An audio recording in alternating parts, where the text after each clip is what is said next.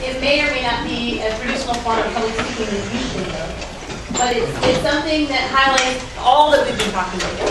Every single element that we've been talking about communication models, we've been talking about the symbolic meaning of communication and the power of language. And it also is a great example of the rhetorical situation. And that was question number 4, I believe. And that what are the 4 essential elements of a rhetorical situation? And that includes the audience, the speaker, the speech, and the context, or the setting. Or is it the context? The occasion. Mm-hmm. Well, sorry. Okay. All right. And so the audience for Don Imus and Maya Angelou happens to primarily be an American audience, an American-mediated audience, because that message was shared by Don Imus on a morning talk show, and Maya Angelou responded to that message on a morning talk show as well. The speakers are important. The fact that they address the fact that, you know, that message coming from a white man at that particular time, yeah, was important. But Maya Angelou's response is that all comparisons are odious. That P. Diddy, that Nelly, that Chappelle should all take note.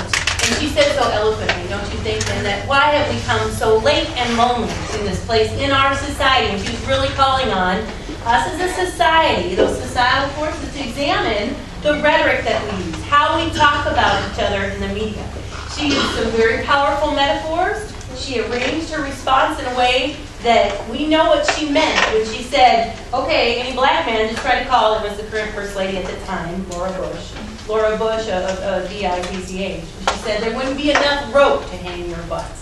And she was referring to a real incident in our shared history of the lynching that occurred if a black man particularly spoke out against a white woman, right?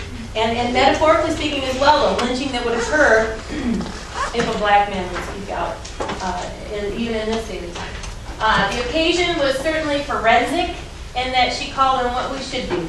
And what do you think her call to action was to our society? Examine what you say before you say it. Certainly, that's fair. Anyone else have any other interpretation on that? Pretty fair. To respect each other. Yes. That people are just people, and I might like you after all. And I enjoy how she frames that.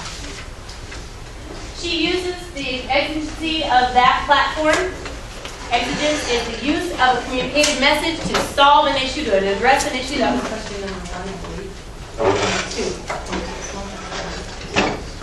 2. Exigency is the use of communication to address an issue, and how well we use our ability to communicate. And so I think that that comment and then Angelou's speech in response is a great way to highlight the rhetorical situation. I hope that brings to light some of those words on that. Any other comments about that? I'm running short of time. So 5 minutes. I'm not going to make you suffer much more here.